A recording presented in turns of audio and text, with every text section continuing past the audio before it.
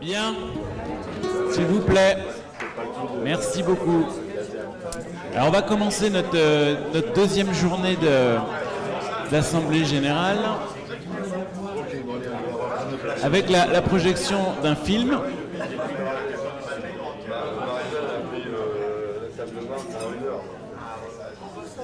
sur l'avenir des sportifs de haut niveau et une réflexion à ce sujet.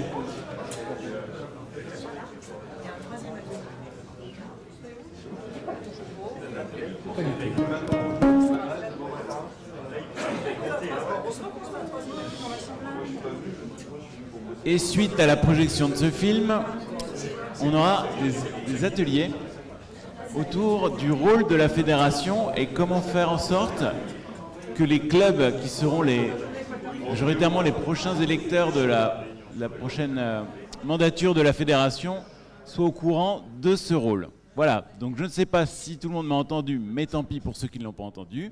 Et je passe la parole à Johan. Bon, merci Sylvain. Voilà, on va laisser les derniers prendre place. Donc ce film qui s'appelle Du sport, des médailles et après, il a été réalisé par une association qui s'appelle Collectif Sport. Certains d'entre vous la connaissent peut-être. Elle est dirigée par Véronique Barré. Son président, c'est un ancien sélectionneur des équipes de France de volleyball. Donc voilà, le but, c'est de faire le lien entre les témoignages de ces athlètes de haut niveau, ce qu'ils ont ressenti pendant leur carrière et après leur carrière, et de faire le parallèle avec ce que nos athlètes peuvent vivre. Et donc effectivement, à la fin du film, on échangera tous ensemble sur ce que vous en avez pensé et comment est-ce que ça s'applique au badminton. Bonne diffusion à tous.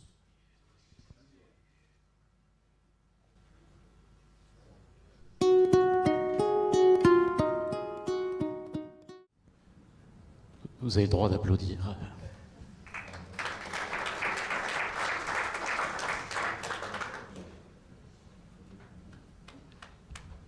Donc évidemment, vous m'entendez ? Ça fait écho à beaucoup de choses que nos athlètes peuvent vivre. Tout le monde n'aura pas la carrière professionnelle de Étienne Taubois en badminton. Et dans le même temps, c'est aussi, et ça a été dit, une responsabilité collective, nous, de se préoccuper de ça. Le suivi socio-professionnel des athlètes de haut niveau, c'est une mission qui est confiée aux fédérations. C'est une mission obligatoire. Donc vous avez Elisa Chanteur et Cyril Gombrowicz qui effectuent ces missions au sein de la fédération. Mais évidemment, c'est dès tout petit, quand ils commencent à aspirer à une carrière de haut niveau, qu'il faut qu'on plante ces graines-là. Évidemment, ils se disent, et c'est très bien dit dans le film, chaque minute qui n'est pas consacrée à l'entraînement va peut-être faire la différence sur le terrain et va faire en sorte que je perde le match. Là où peut-être dans d'autres pays en Asie, la dimension de l'équilibre entre le projet sportif et le projet professionnel est peut-être pas la même. Et donc, c'est à nous évidemment de les accompagner là-dedans. Tous les athlètes de haut niveau n'ont pas vocation à devenir entraîneurs. Ils peuvent devenir plein de choses. Ils peuvent devenir entraîneurs, bien évidemment, mais ils peuvent devenir plein de choses. Et donc là, sur les 10 minutes qui viennent, avant de lancer les ateliers, c'était vous donner la parole sur votre ressenti par rapport à ce film et surtout le parallèle que vous faites entre tous les témoignages. Il n'y a pas de badiste dans le film, mais entre tous ces témoignages-là et les athlètes auprès de qui vous pouvez agir au quotidien. Donc voilà, on va distribuer les micros s'il y en a qui souhaitent prendre la parole.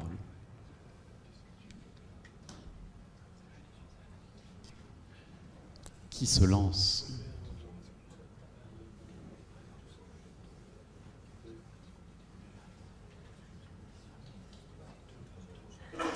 Nous avons Hugo.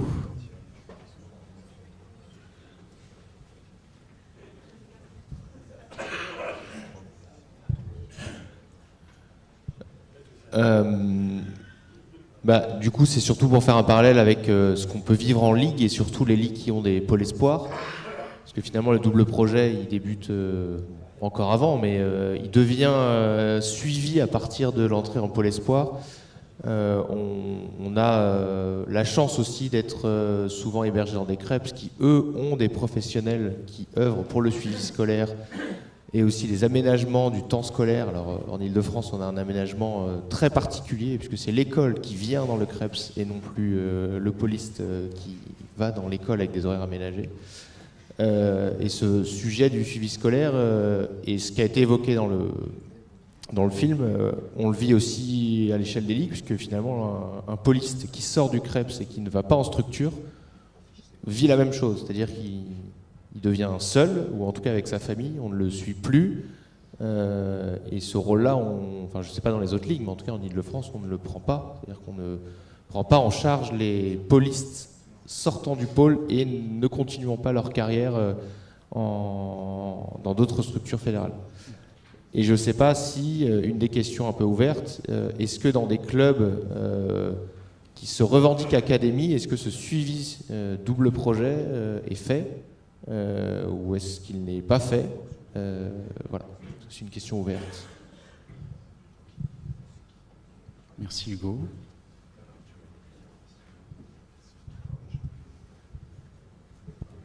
Du coup, on passe la patate chaude au directeur technique national.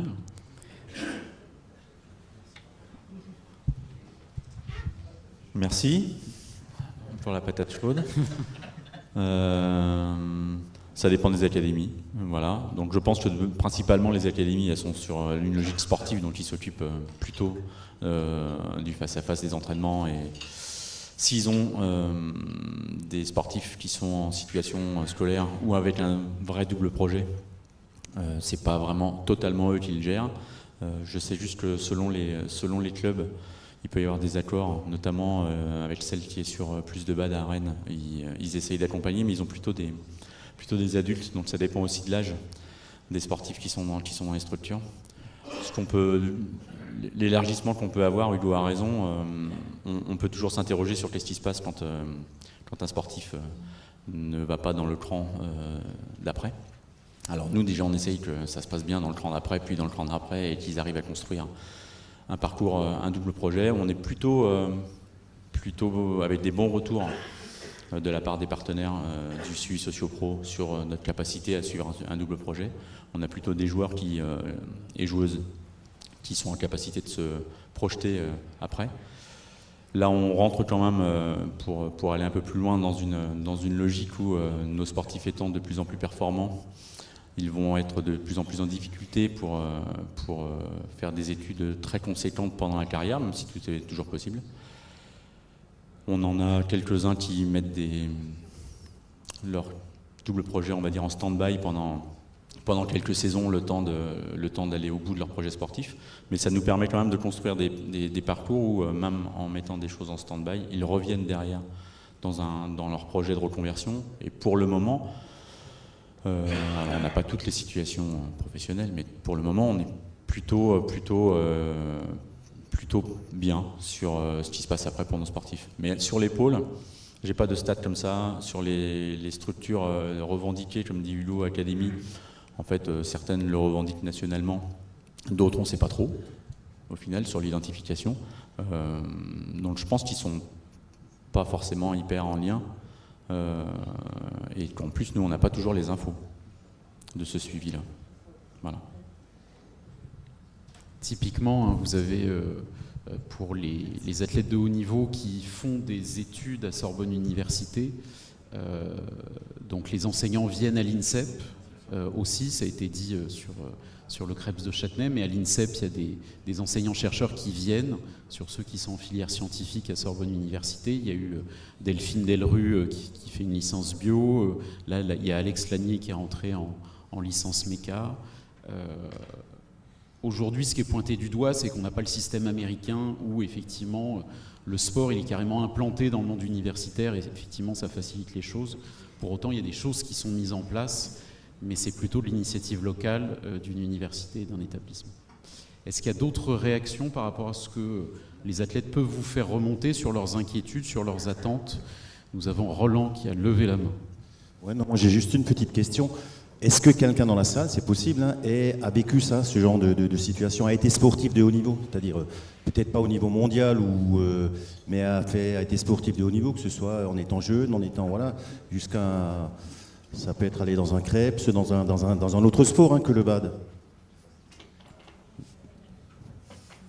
ou maman. Alors, il y a, Ouais, il y a ou Didier, ou parents, donc par Didier, exemple, voilà. Ça peut donner une expérience, voilà, une idée de ce que vous avez vécu vous aussi. Et quel est votre retour? Le micro arrive derrière toi. Oui, moi je peux vous faire un peu un retour d'expérience, et il y a très très longtemps, hein, puisque j'ai 64 ans, dans une autre activité sportive, puisque j'ai débuté dans des centres de formation, un centre de formation dans le sud de la France, avec une petite carrière après au niveau de National 1, National 2. Moi, je suis un peu estomaqué là, parce que j'ai l'impression de revivre ce que j'ai vécu il y a plus de 45 ans maintenant. Et j'ai pas trouvé qu'il y avait une évolution pour l'après-carrière.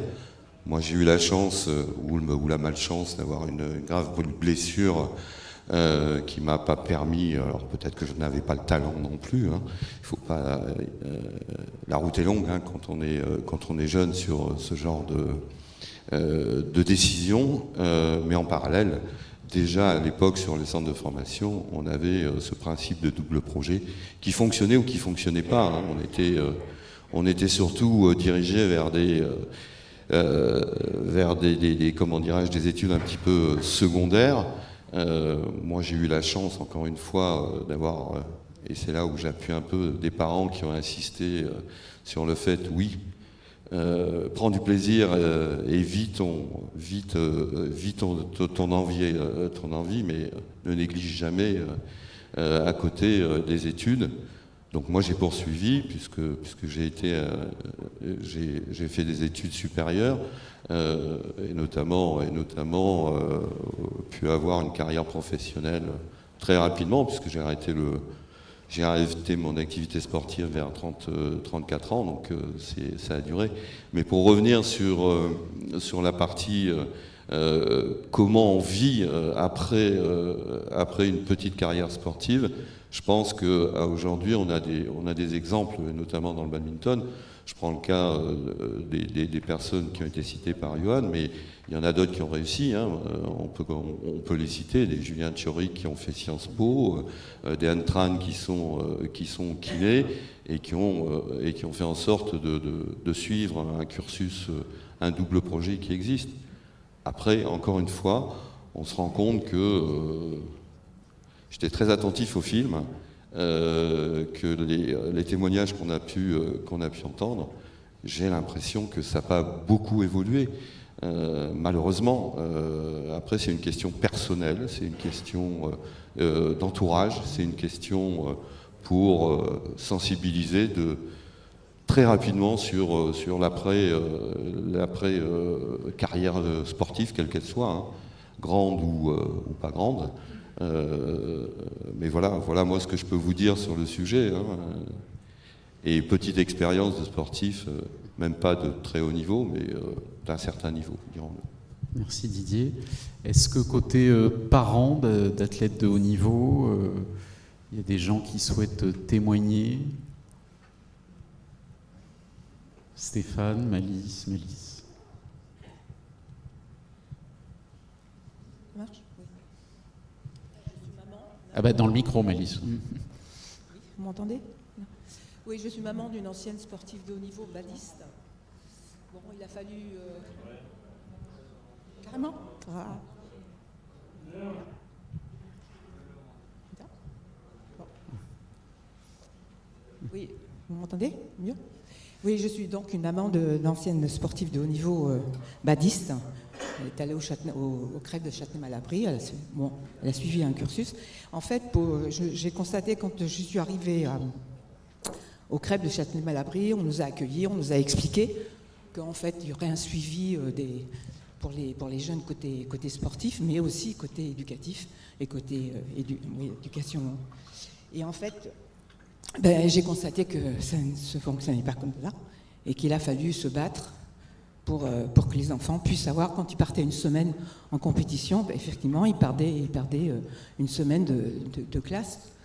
Et donc, il a fallu que je me batte pour que les enfants puissent avoir des cours, des suivis. Au fur et à mesure, c'était rentré dans le... Mais il a fallu vraiment se battre, ça c'est clair. Et le résultat est bon, on est arrivé à... j'ai eu la chance d'avoir une fille qui était volontaire pour continuer ses études aussi, donc ça aide quand même pas mal. Et le résultat est tout à fait positif, mais bon, c'est pas facile. Et lorsqu'on se présente, il y a aussi une étape qui est quand même assez spéciale, c'est qu'elle a dû se présenter à un concours pour devenir ingénieure, et quand elle a eu comment dire, ce rendez-vous, en fait, les juges qui étaient là devant, qui étaient là pour l'écouter, ils lui ont dit, mais mademoiselle, vous êtes sportive de haut niveau, qu'est-ce que vous voulez faire ici? Donc heureusement j'avais préparé en disant, tu vas y avoir droit, on va te dire, qu'est-ce que tu fais là, pourquoi tu veux faire des études, tu es sportive de haut niveau. Donc elle était prête, et en fait les autres sont passés en 10 minutes, et elle est passée, elle a mis 20 minutes à peu près, ils l'ont questionnée pendant 20 minutes, parce qu'ils voulaient trouver la faille pour que... Ils ne comprenaient pas qu'elle puisse oser prétendre faire des études supérieures.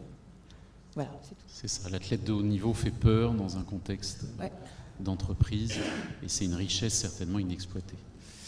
Merci pour vos témoignages, Jean-Claude. Moi, je voudrais simplement ajouter que, juste après le film, je pense on peut constater que nous, on est mauvais. La fédération de badminton, on est très mauvais. Et je pense qu'on n'est pas la seule fédération. On est incapable aujourd'hui de travailler la reconversion des athlètes. Aujourd'hui, on n'a pas des athlètes professionnels, on a des athlètes de haut niveau. Moi, je connais énormément de jeunes depuis le temps qui ont été dans le haut niveau, qui ont brillé, qui ont été en collectif France, qui ont fait des podiums. J'ai plus de noms d'athlètes qui ne savaient pas quoi faire que d'athlètes qui ont trouvé quelque chose. Donc après, à quoi ça tient? Ça tient, on l'a entendu dans le reportage, il y a des athlètes qui ont un tempérament, une volonté, une détermination à vouloir cumuler le double projet, faire à la fois le projet sportif et le projet, la reconversion professionnelle, et ça fonctionne quand il y a cette volonté. Mais la plupart du temps, et la très grande majorité, les jeunes, ils sont incapables de se projeter. Et aujourd'hui, on est encore dans ce cas-là. Moi, je le vois aujourd'hui, on est un club de top 12, donc on a des joueurs qui sont dans l'élite, qui sont encore dans le haut niveau. J'ai 80% des joueurs qui sont incapables de se projeter, qui sont incapables d'avoir un vrai projet, même si on veut les accompagner. Et ça a été dit dans le film à un moment donné, l'athlète, il est seul. C'est compliqué d'accompagner un athlète. Et je dis pas que, quand je dis qu'on est mauvais, c'est pas que j'accuse, c'est que je dis que dans notre discipline, où on n'est pas professionnel, il n'y a pas de joueurs professionnels en badminton, ça n'existe pas pour le moment. Il y a des joueurs de haut niveau qui ont des rémunérations, mais qui n'ont pas le statut professionnel. Et ces joueurs-là, eh bien, la carrière, elle est plus ou moins longue. Imaginez des jeunes qui ont 15-16 ans, qui partent du mardi au samedi à l'international, plusieurs fois, un certain nombre de fois dans l'année. Comment voulez-vous qu'ils fassent des études? C'est pas possible. Et dès lors qu'on commence à dire on va mettre en place une solution par correspondance, on va mettre le CNED, c'est compliqué. Le CNED, c'est beaucoup trop compliqué aujourd'hui de cumuler à la fois les entraînements, la compétition, voilà. Donc aujourd'hui, c'est une réflexion qui est importante pour moi, parce qu'on n'a pas trouvé les clés encore pour accompagner réellement. Et je rejoins ce que tu as dit avant, c'est qu'on nous vend des fois le double projet, mais c'est faux.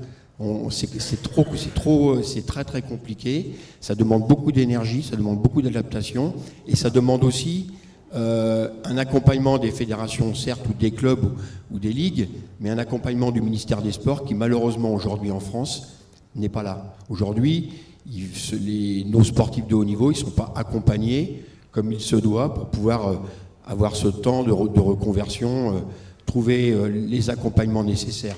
Et quand on parle de petites morts, tout ça, eh bien, oui, ça je l'entends, je le comprends. Et il y a pas mal de témoignages dans le film qui montrent la réalité, mais qui n'apportent pas de solution, qui montrent la terrible réalité de ce qui se passe après, mais en disant, voilà, ceux qui s'en sortent, c'est ceux qui ont plus de tempérament, plus de capacité à rebondir, mais malheureusement, ça, on n'est pas tous égaux là-dessus. Donc ce que tu dis, c'est qu'il y a deux pans dans le problème. Oui. Il y a la prise de conscience des joueurs eux-mêmes par rapport à leur avenir, et d'un autre côté le système, comment est-ce que le système les accompagne. Exactement. Sur le deuxième point, effectivement, c'est à nous de peser institutionnellement pour faire bouger les choses. Sur le premier point, est-ce que ce genre de film, alors qui a été projeté à l'INSEP, mais est-ce qu'il ne faudrait pas le projeter dans tous les CREPS pour faire en sorte que voilà, ça réveille éventuellement des questions. Je pense que ça serait un bon point de départ. Ça permettrait aux athlètes de peut-être se questionner, et surtout de se questionner entre eux, de visionner de manière collective.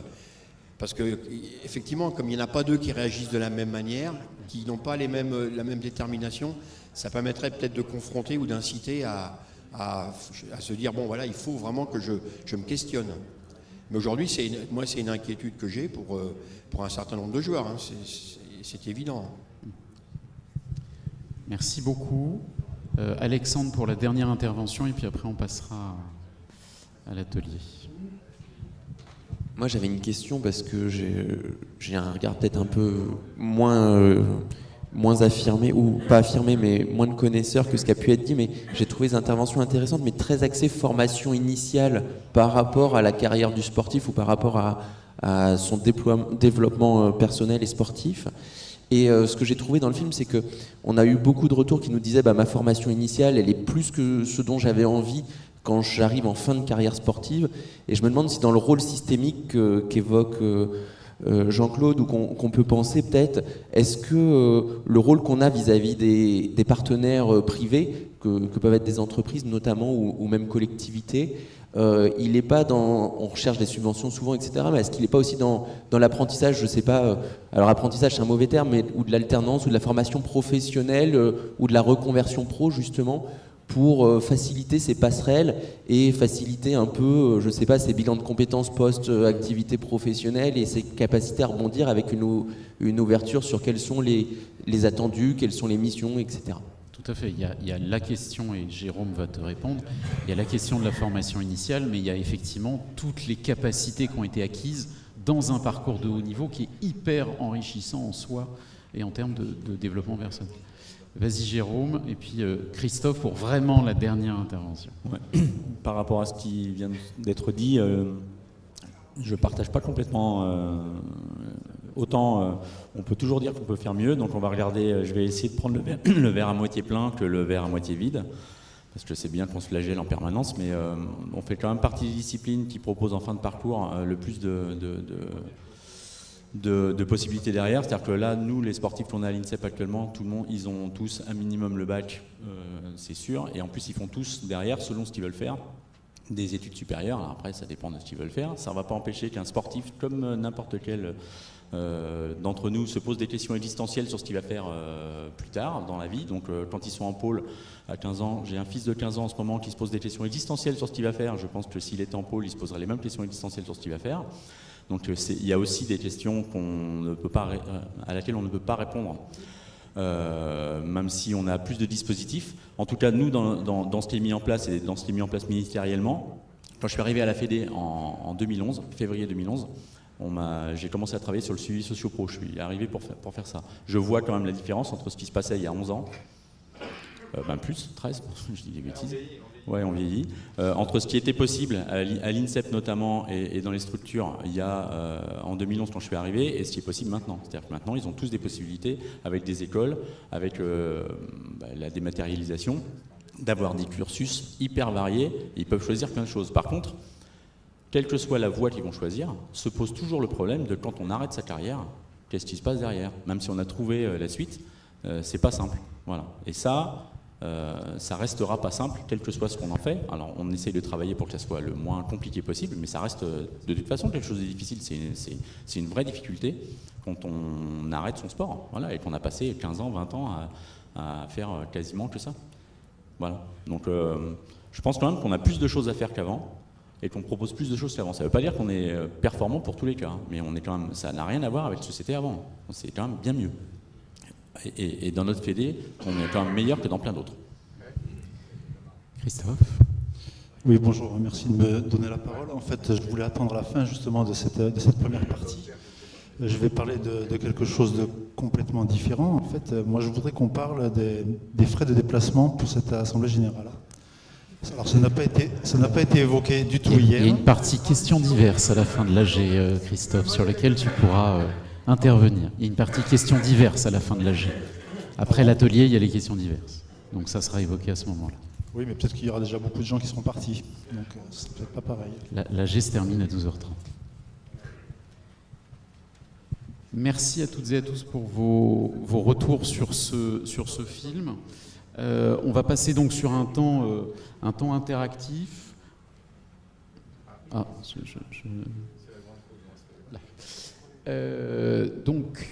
c'est un atelier. Vous avez déjà fait plusieurs ateliers depuis le début de l'Olympiade sur ce format-là. Donc vous allez être répartis en 5 groupes. On va vous afficher les groupes juste derrière. Il y aura 3 groupes qui restent dans cette salle et 2 groupes qui passent dans les salles de l'autre côté de la salle café, enfin de l'endroit où vous prenez le café. Pour répondre à 2 questions principales, c'est votre regard sur la priorisation des différentes missions de la fédération. La fédération, elle fait plein de choses, entre tous les contrats qu'on a avec l'État, avec l'ANS, et donc des choses qui sont invisibles pour les clubs, et dans le même temps, évidemment, répondre aux attentes des clubs. Donc voilà, vous aurez des temps sur... selon vous, quelles sont les missions prioritaires? Vous allez classer un certain nombre de missions. Et puis arriver à la fin, sur ces missions-là, il faut qu'elles soient connues des clubs pour les élections de décembre 2024, parce qu'ils auront besoin de comprendre la fédération et la structure fédérale dans son ensemble pour pouvoir juger. Donc, je vais vous inviter à prendre vos smartphones, à flasher le QR code qui est sur l'écran, puisque ça va vous donner accès à un klaxon sur lequel vous allez interagir dans les ateliers. Donc ça vous permettra d'avoir des traces de tout ce que vous allez faire. Donc je vous laisse le temps tous de flasher le QR code.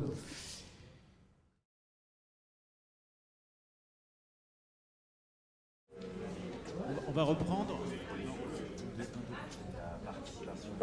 Un, deux. Oui, voilà. On va reprendre avec la partie questions diverses, s'il vous plaît. Pour les personnes encore là.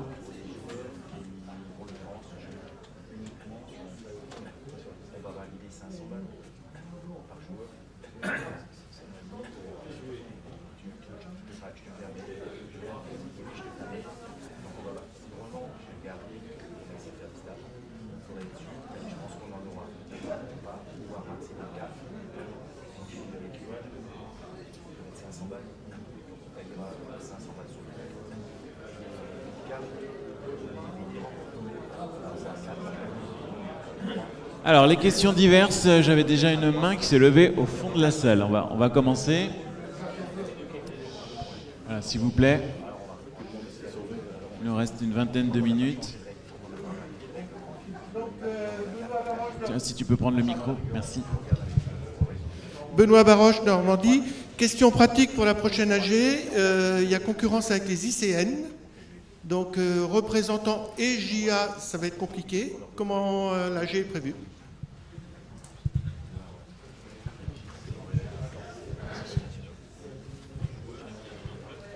Je sais pas. Le DG est là, non? On peut répondre?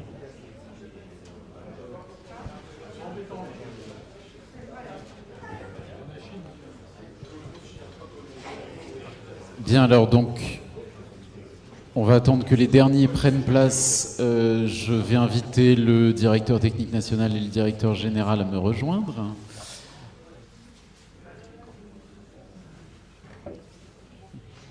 Je ne vois pas le DG.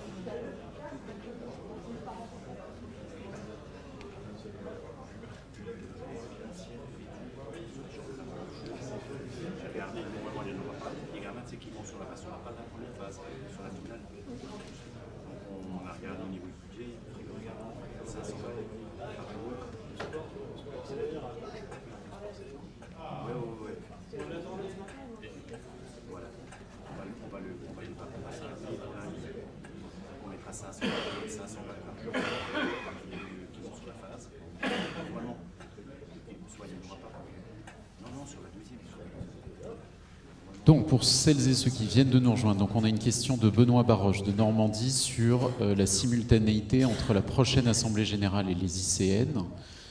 Donc, effectivement, vous le savez tous, le calendrier est un casse-tête pour tout le monde chaque année. Cette date, elle a été posée dès le mois de septembre. Donc, effectivement, on le sait tous, on a plusieurs casquettes. C'est une Assemblée Générale en visioconférence. Qui vous sera proposé le 20-21 avril. La disposition que vous avez votée hier sur donc la prédominance de la suppléance sur la procuration fait que effectivement vous aurez à sonder l'ensemble des délégués pour savoir qui sera présent. Donc on est tout à fait conscient de cette difficulté-là. Encore une fois, on n'a pas réussi à faire mieux en termes de calendrier. Et encore une fois, les équipes se cassent la tête tous les ans pour essayer d'éviter les conflits avec nos 10 journées ICN, avec tout le circuit international et avec notre calendrier administratif. Donc on en a conscience, mais voilà, on n'a malheureusement pas de solution à vous proposer. Merci. Est-ce qu'il y a une autre question? C'est en visio, 20-21 avril.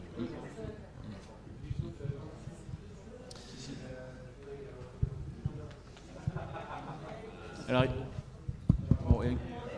il y a une question à ma droite, puis Christophe. Laurent Pastorino, Ligue PACA.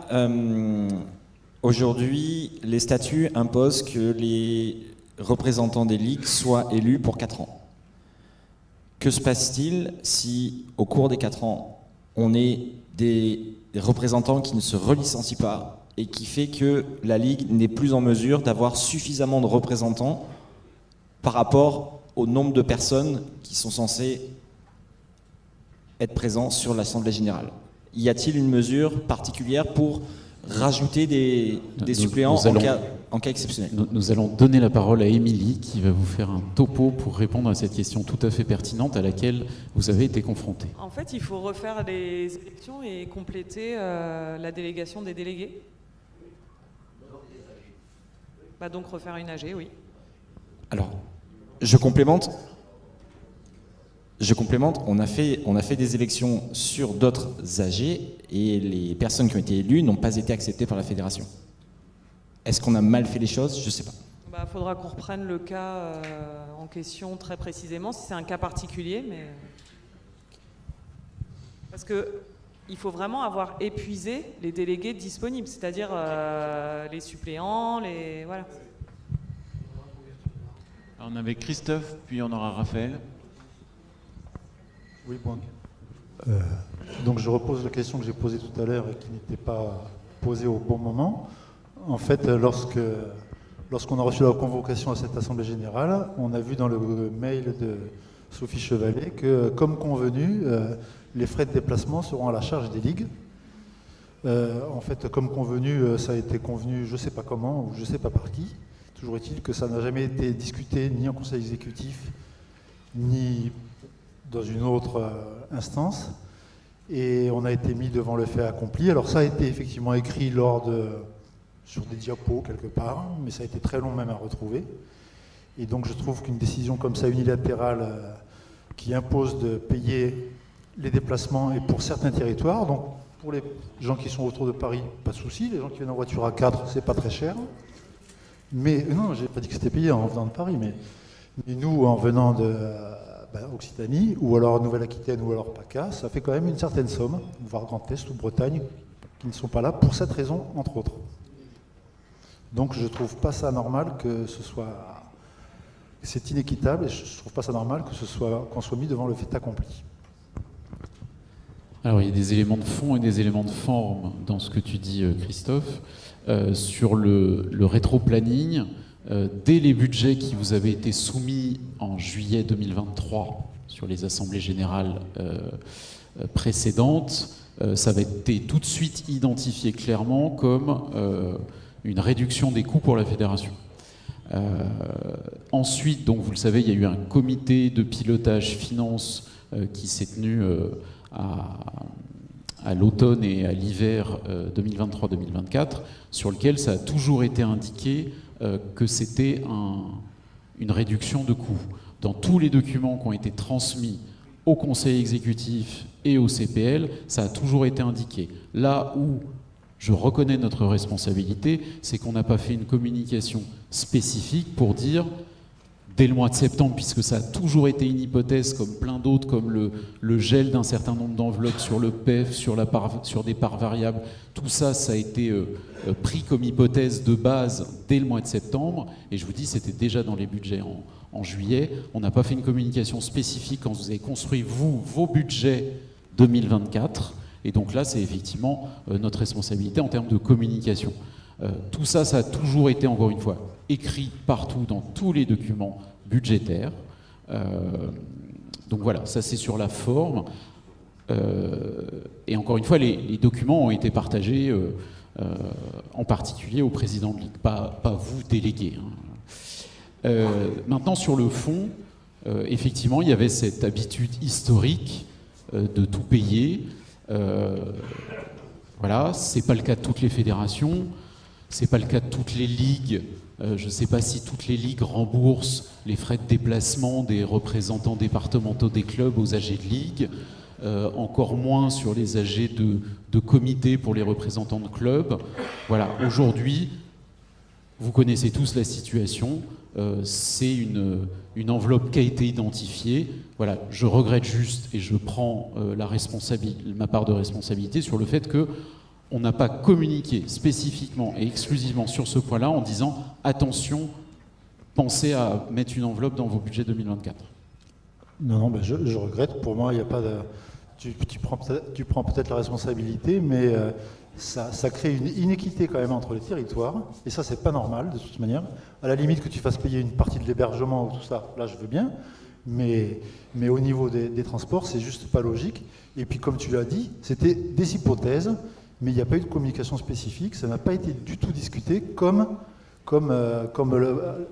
est présenté, comme ont pu l'être le dialogue de gestion, la part variable et d'autres sources d'économie.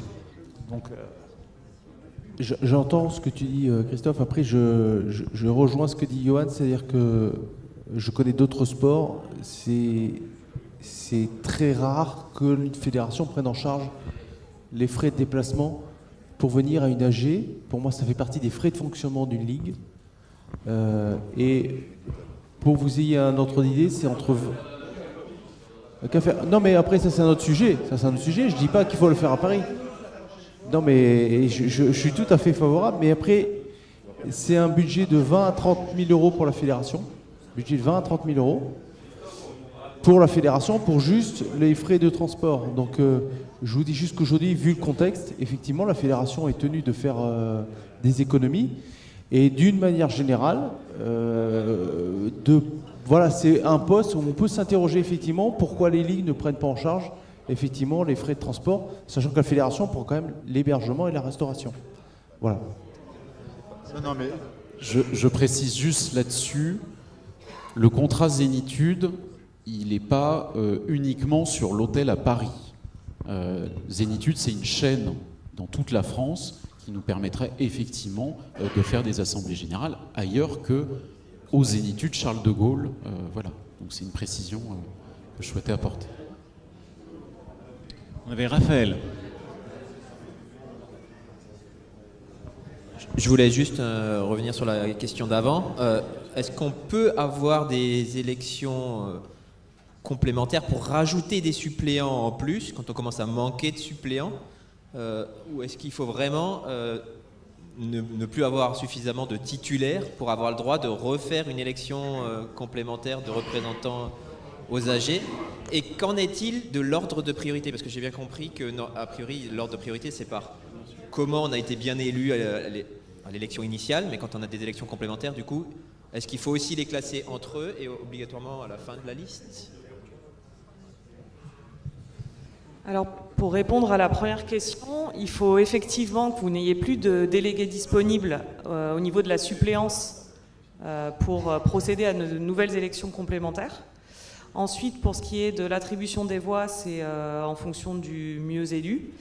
Et l'autre question que je me rappelle bien, ah oui, c'est l'ordre de priorité qui a été voté hier. On souhaitait privilégier la présence. Donc si le titulaire ne peut pas être présent, on fait appel au suppléant. Et seulement si le suppléant ne peut pas être présent, on donne une procuration. Mais est-ce qu'il y a un ordre entre les suppléants aussi en fonction de comment ils ont été élus? Oui. Et du coup, comme potentiellement certains suppléants ou titulaires ont été rajoutés après coup, et qu'ils n'ont pas été élus au sein du même vote, comment est-ce qu'on les place par rapport... Pour l'attribution des voix? Oui, parce qu'on a un ordre, on doit d'abord proposer aux mieux élus, ensuite aux deuxièmes mieux élus, etc.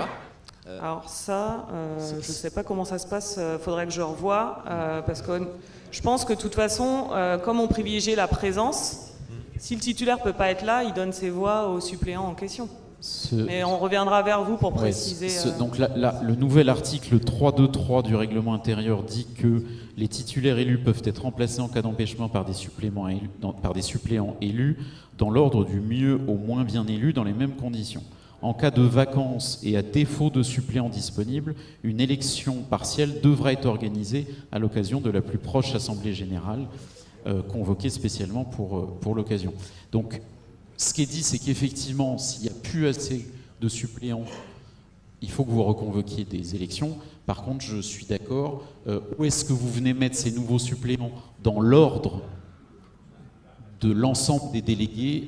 Là, aujourd'hui, ce n'est pas traité dans les textes. Oui, mais même les suppléants, vous les prenez dans un certain ordre. S'il n'y a plus de suppléants, vous refaites une élection. Mais il reste suppléant, par contre. Sauf s'il n'y a plus assez de titulaires. Mais on reviendra vers vous spécifiquement sur ce sujet-là. Mais ce n'est pas dans les textes. Est-ce qu'il y a d'autres questions diverses?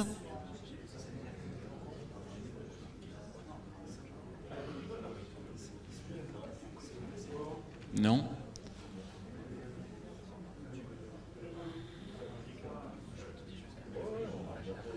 Mais je propose à Johan de conclure. Là, c'est chaud.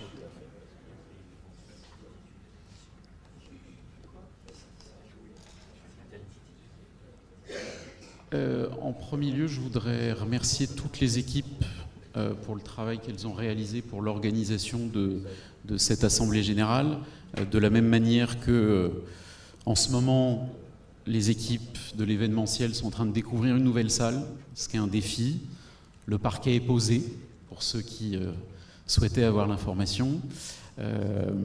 Et de la même manière, voilà, pour les équipes événementielles, c'était un nouveau lieu pour venir organiser cette Assemblée Générale. Et à chaque fois, évidemment, c'est un défi pour les équipes.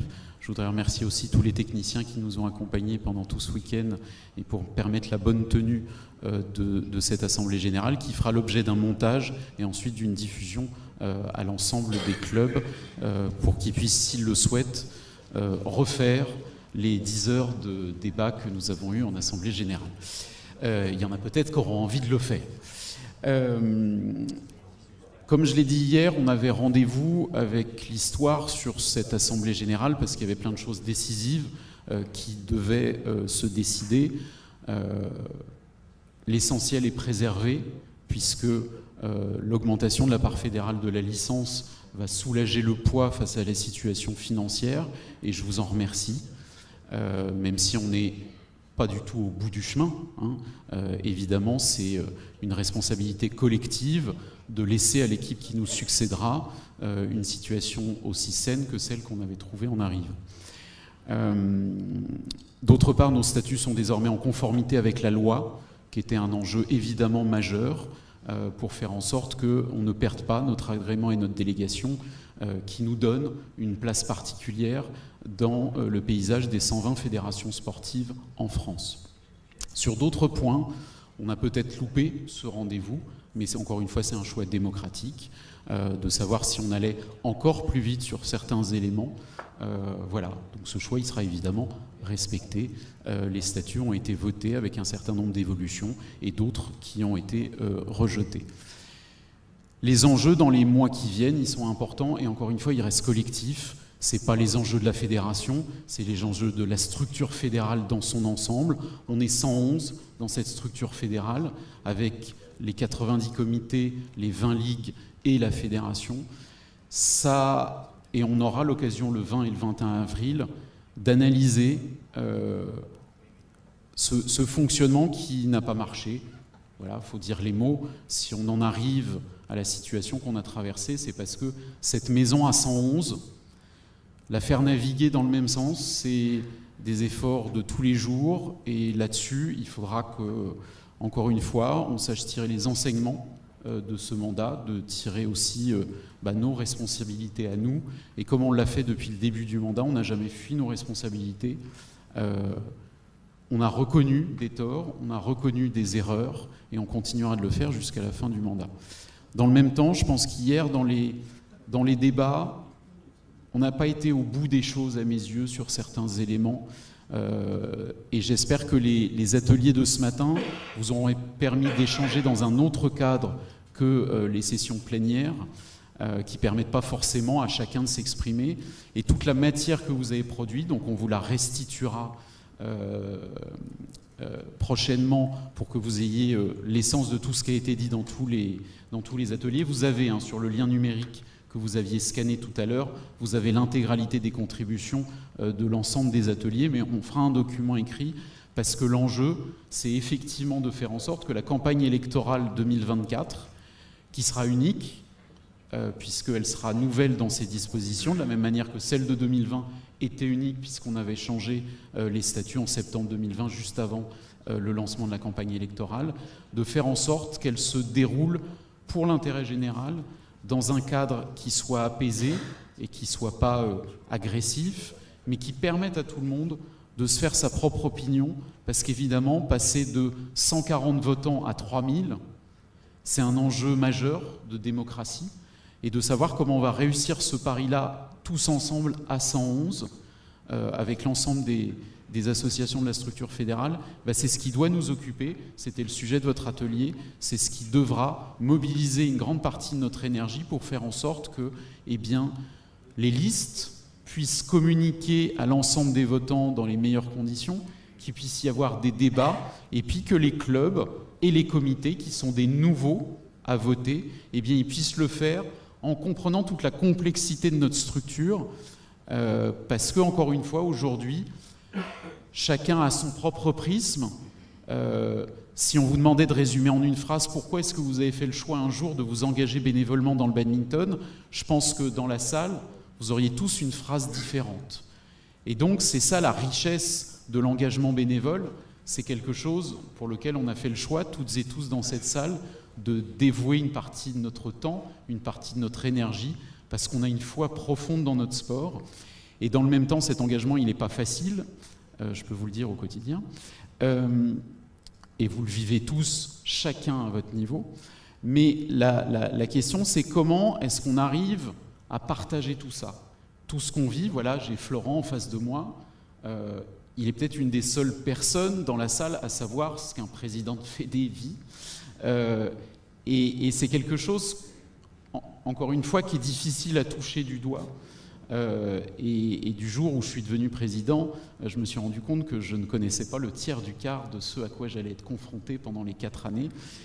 Et ces parcours de formation de nous, alors je vais dire un mot qui va peut-être choquer certains, mais on est dans cette salle des dirigeants de haut niveau, parce qu'on a un niveau de responsabilité. Les décisions qu'on a prises ce week-end et qu'on a prises sur toutes les assemblées générales depuis le début de l'Olympiade, c'est évidemment des décisions qui impactent 200 000 personnes et 2000 clubs. Donc on a ce devoir de responsabilité. Dans le même temps, est-ce que nous, en tant qu'élus de fédération, de ligue ou de comité, on est mis dans les bonnes conditions en termes d'acculturation à la complexité du système? Je pense que la réponse est non. Est-ce que vous, en tant que représentants régionaux ou représentants départementaux des clubs, vous êtes mis dans les bonnes conditions pour comprendre toute la complexité de ce système-là et prendre les bonnes décisions?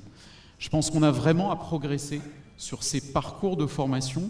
Je vois Cécile qui est là dans la salle et qui fait partie du club des 300 femmes dirigeantes du CNOSF, qui, je l'espère, est quelque chose de très initiatique et enrichissant. Et je pense que voilà, le CNOSF s'est emparé de cette question-là. Hugo, qui est parti, fait lui partie du club des dirigeants de demain du CNOSF. Il y a aussi un parcours des jeunes dirigeants, je crois que c'est les moins de 24 ans, dans lequel on a Benjamin Natag, qui était président du comité 93, qui a fait partie de ce parcours-là. Je pense qu'il va falloir qu'on s'enrichisse de leur expérience pour faire en sorte que on connaît tous le BAD, mais en fait on n'en connaît tous qu'une partie. Et voilà, on a chacun notre prisme, il y en a qui aiment plus telle chose dans le badminton, et puis il y en a qui aiment plus d'autres choses. Mais quand on est dans l'AG fédéral, on doit connaître à 360 les enjeux, les contraintes, les opportunités, et de voir comment est-ce que, pas après pas, notre sport il continue de progresser dans sa place dans le paysage sportif, mais de manière plus générale, sa place dans la société française. Et je pense que les enjeux des 6 mois qui viennent, c'est effectivement mettre tout le monde dans les meilleures conditions. Après, ça ne veut pas dire influencer les votes. Chacun prendra sa décision au moment d'appuyer sur le bouton en décembre 2024. Il n'y a pas de souci là-dessus. Là, on parle bien d'acculturation, pas d'influence ou de conditionnement. Et donc ce défi-là, on aura à le retenir. Et donc sur l'AG des 20-21 avril, évidemment, on poursuivra ça, que tout le monde puisse s'exprimer aussi par rapport aux listes qui vont se créer, comment est-ce qu'on va les embarquer pendant la toute fin de période électorale, comment est-ce qu'on va leur donner toutes les clés, et que alors on a parlé du mot de tuilage hier. Aujourd'hui, il n'y a pas de tuilage entre les équipes. Il y a une équipe dont le mandat s'arrête le 14 décembre à 15h au moment de la proclamation des résultats, et l'autre équipe arrive derrière. Et comment est-ce que tout ça, ça se passe dans les meilleures conditions au service de la fédération, au service de notre sport?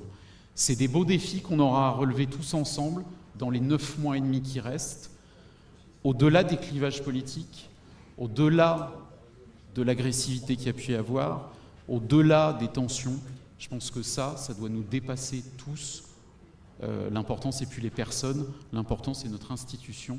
Elle est belle, elle a fait des belles réalisations, parce que tout n'est pas acheté dans cette Olympiade-là, et le bilan qu'on fera, il sera exhaustif des plus et des moins, mais elle mérite de continuer, elle mérite de progresser, elle mérite de faire tous les plateaux télé qu'elle peut, elle mérite d'avoir une vraie exposition médiatique. Et cette semaine, la semaine qui vient, dans cette Adidas Arena, j'espère qu'on va vivre quelque chose d'extraordinaire. Si vous n'avez pas encore pris vos billets, vous pouvez encore le faire, il reste de la place. Et puis parlez-en autour de vous, à tous vos amis, toutes vos familles, tous vos collègues. Mais voilà, on va vivre quelque chose d'extraordinaire, parce que c'est une salle extraordinaire, et que dans la trajectoire de progression de la fédération, j'espère que ça sera une étape déterminante. Je vous remercie de votre présence ce week-end. On se retrouve avec les ultramarins, puisqu'on enchaîne avec le séminaire ultramarin. On enchaîne avec les IFB, avec tous ceux qu'on aura le plaisir de croiser tout au long de la semaine.